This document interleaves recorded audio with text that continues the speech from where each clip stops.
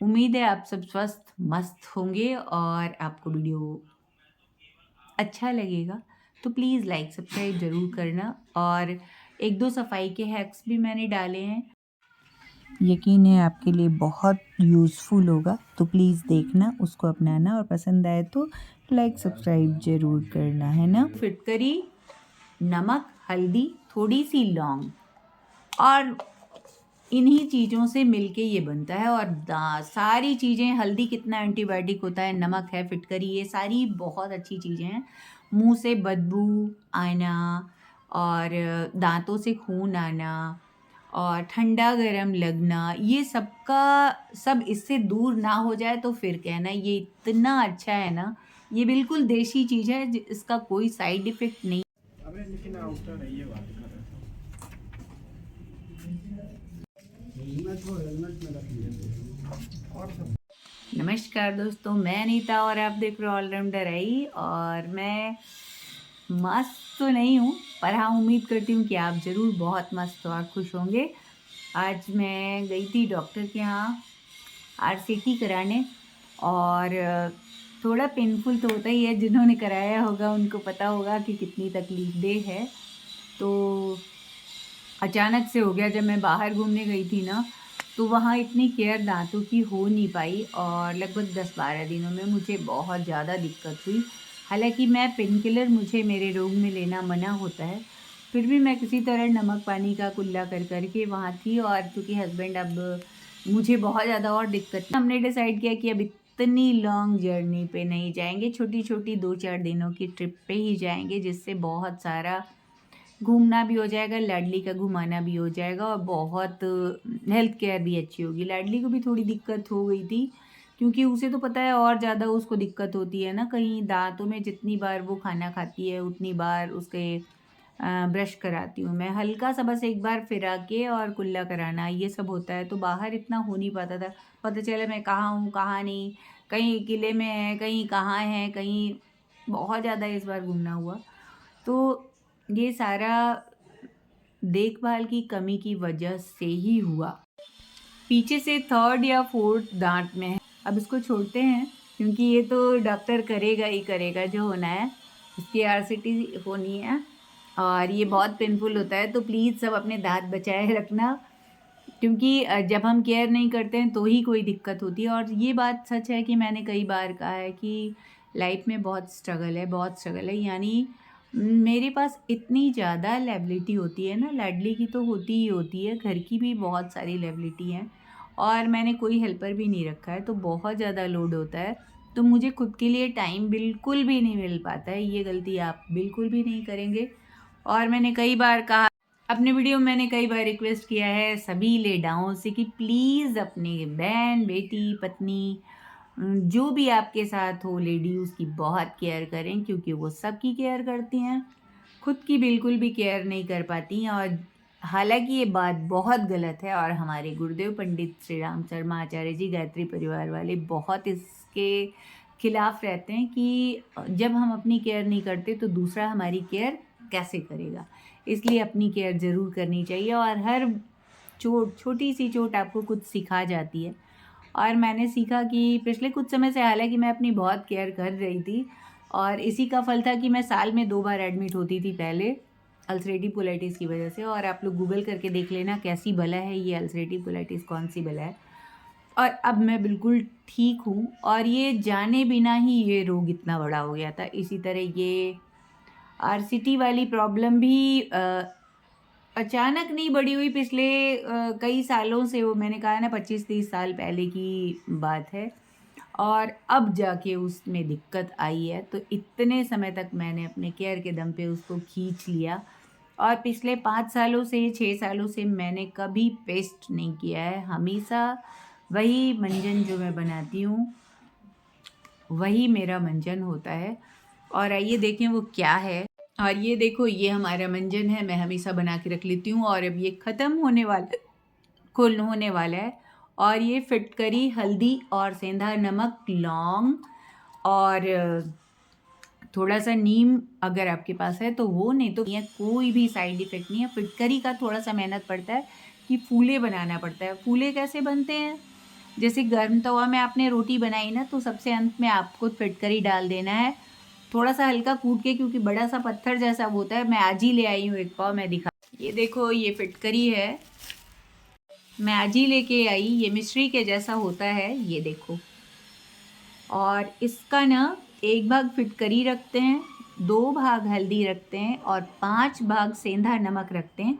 और इसमें जैसे मान लो मैंने ये बनाया 25 ग्राम का, 25 ग्राम का तो इसमें मैं 5 से 10 ग्राम लौंग हल्का सा गरम करके, भूनूंगी नहीं, जैसे तवा गरम होता है ना रोटी बनने के बाद, उसमें गैस बंद हो गया, उसके बाद लौंग को थोड़ी देर के लिए उसमें छोड़ देते हैं। और फिर सारे को एक साथ, लौंग, फिटकरी, हल्दी, नमक को एक साथ पीस लेते हैं और फिर उससे मंजन करते हैं। आप खुद देखना, इतना मज़ेदार होगा ना, इतना।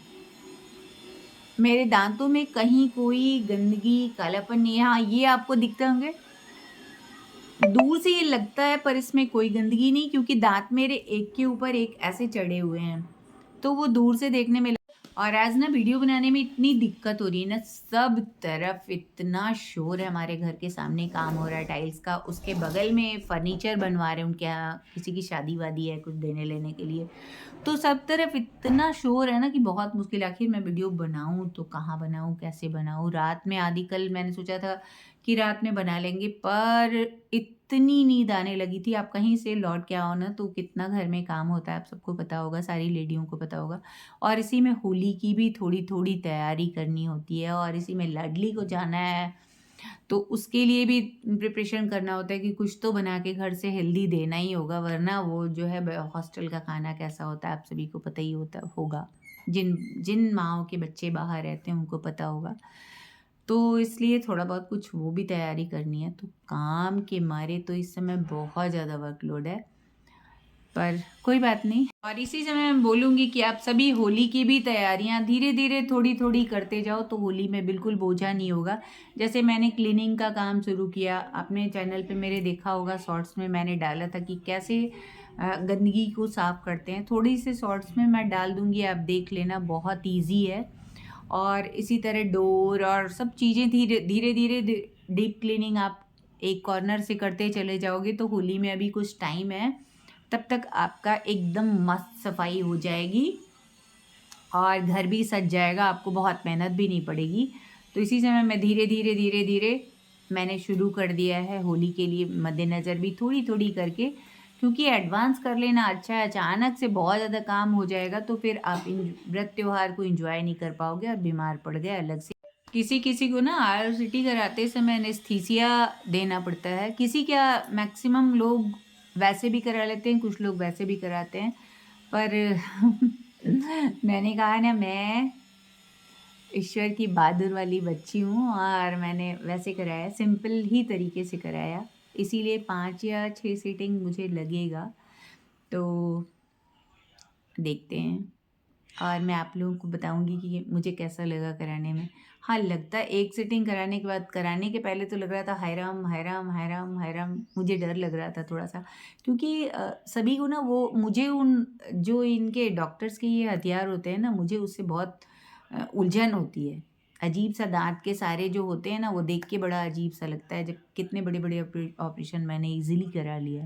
कंपनी का आप लो और इसमें बस 2-4 बूंद आपने डाला और देखो कितनी गंदी कढ़ाई आपकी मिनटों में एकदम चमक जाए। ये थोड़ा सा मैंने ये भी लगा लिया है, अब देखना इसको मिनटों में एकदम चमक के बिल्कुल नीट एंड क्लीन हो जाएगी, आपको पता भी नहीं लगेगा। और एक हाथ से मैं कर रही हूँ क्योंकि मैंने यहाँ कोई भी ट्राइपॉड नहीं लगाया है, और आप देख लेना बिल्कुल चमचमाती हुई दिखेगी।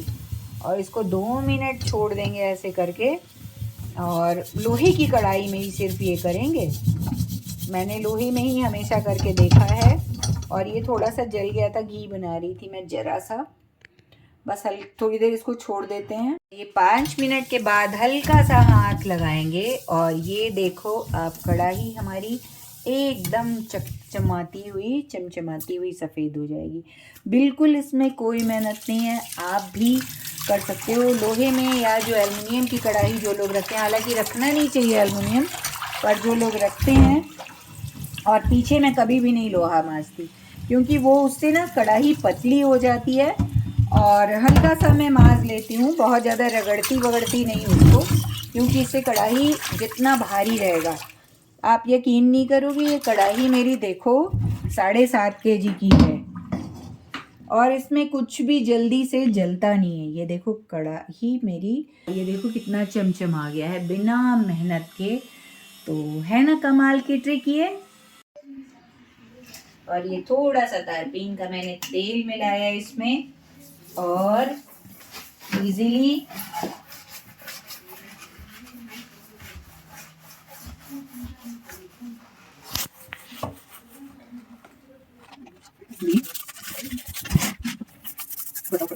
ये देखो, इनको रजाई लेना है खुद से।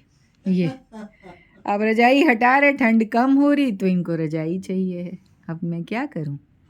ये देखो बेड पर भी चादर बदलना, इधर का मैंने किया, अब इधर का बाकी उधर का भी हो गया है।